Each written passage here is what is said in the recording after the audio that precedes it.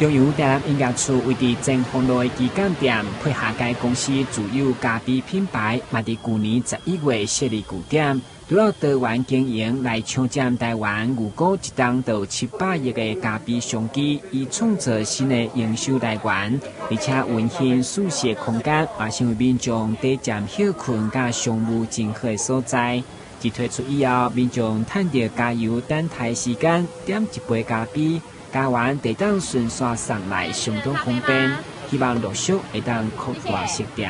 我觉得这是一个非常贴心的服务啊，因为我觉得像我本身有喝咖啡的习惯，对啊，那平常如果说要买咖啡，我还得去找路边停车。那我现在来这边加油的，利用这个加油的空档，他们咖啡做好就送给我，对啊，那我就可以直接带着就走了，也非常不会浪费到我的时间呐，也很贴心，而且咖啡也好喝。很希望普及，对不对？希望哦，如果每一站都这样子的话，我就不需要找时间去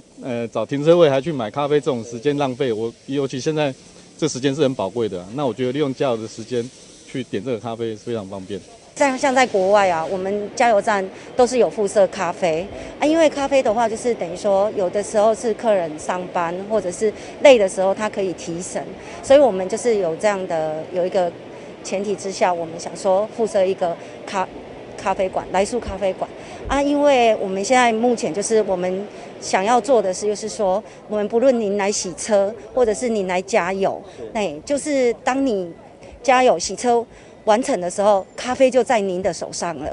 这是我们比较诉求的一个快速的让一个服务。中油作为国营事业，除了稳定供应油品能源，以诚信经营作为消费者心目中的理想品牌。现在配合认证工作的宣导，嘛成为观摩示范据点。同时每个月也会透过小农市集的活动，持续来善尽社会责任，成为人人前锋，加油前锋。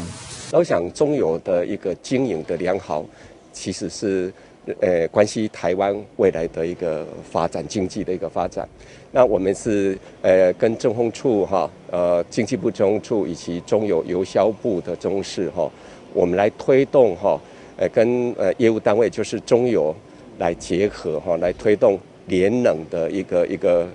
理念。我们希望中油推动联能的一些的措施，可以让我们中油更加的茁壮。认证工作不限政府部门，嘛需要民间力量的共同参与，才当创造双赢的局面。台南新闻，郭文吉、林英庚采访报道。